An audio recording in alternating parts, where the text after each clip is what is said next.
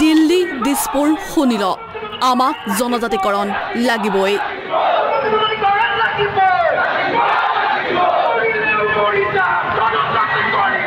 যেতিয়ালৈকে আমাক জনজাতিকৰণৰ ন্যায্য প্ৰাপ্তি নিদিব তেতিয়ালৈকে কিন্তু আমি ক্ষান্ত নহওঁ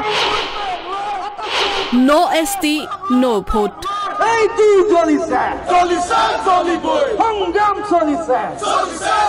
এছটিৰ লগত কোনো ধৰণৰ কম্প্ৰমাইজ নহ'ব কোনো ধৰণৰ আপোচ নহ'ব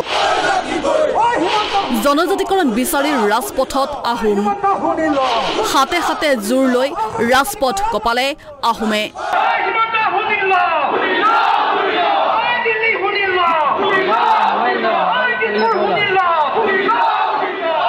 সমাগত 2024 নিৰ্বাচন 24 নিৰ্বাচনৰ পূৰ্বে জনজাতিকৰণ বিচাৰি ৰাজপথে আহোম জনগোষ্ঠীৰ লোক ডিব্ৰুগড়ত সদৌ টাই অসম ছাত্ৰ সন্থাৰ উদ্যোগত জনজাতিকৰণৰ আৰু স্বায়ত্তশাসনৰ প্ৰদানৰ দাবীত ওলাই আহিল হাজাৰ হাজাৰ আহোম জনগোষ্ঠীৰ লোক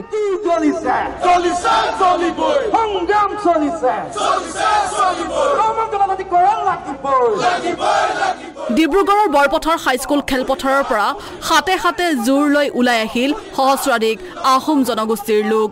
বিধানসভা নিৰ্বাচনৰ পূৰ্বে জনজাতিকৰণ কৰাৰ হুংকাৰ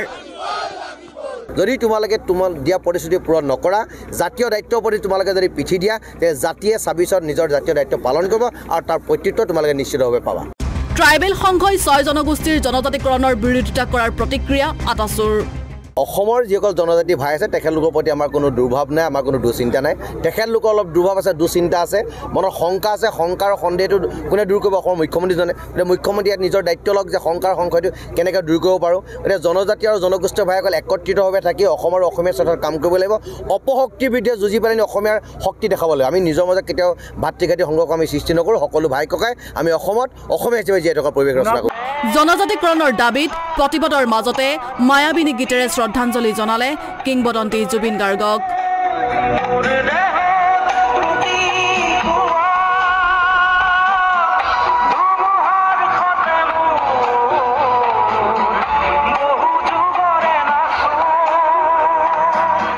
সমগ্ৰ ৰাজ্যত জনজাতিকৰণৰ প্ৰতিবাদৰ মাজতে সৰুপথাৰ কপালে আটাচুৱে সৰুপথাৰ উচ্চতৰ মাধ্যমিক খেলপথাৰৰ পৰা ওলাই আহিল কেইবা হাজাৰ লোক হাতে হাতে জোৰ লৈ ৰাজপথ কপাই দিল্লী দিছপুৰলৈ হুংকাৰ দিলে আটাচুৱে চাওক এটা বিষয় স্পষ্টভাৱে জনাই দিব বিচাৰিছোঁ টাই আহোম ছাত্ৰ সন্থাই আজি প্ৰতিবাদ হৈছে 25 নৱেম্বৰত পজিটিভলি ৰিপৰ্ট দিব লাগে বুলি 26 নিৰ্বাচনৰ প্ৰাক মুহূৰ্তত জনজাতি মৰ্যাদা প্ৰদান কৰিব লাগে আৰু 14 চনৰ লোকসভা নিৰ্বাচনৰ প্ৰাক মুহূৰ্তত নৰেন্দ্ৰ মোদী ডাঙৰীয়াৰ যি প্ৰতিশ্ৰুতি আছিল সেই প্ৰতিশ্ৰুতি পূৰণ কৰিব লাগে বুলি সোঁৱৰাই দিবৰ কাৰণে আজি প্ৰতিবাদ হৈছে যদিহে 25 তাৰিখে পজিটিভ ৰিপৰ্ট নিদিয়ে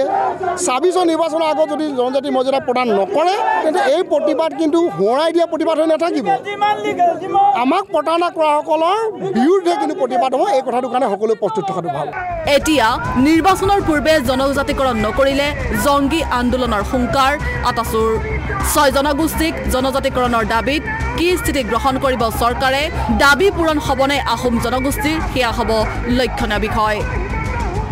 ব্যুৰো ৰিপৰ্ট আসাম টক্স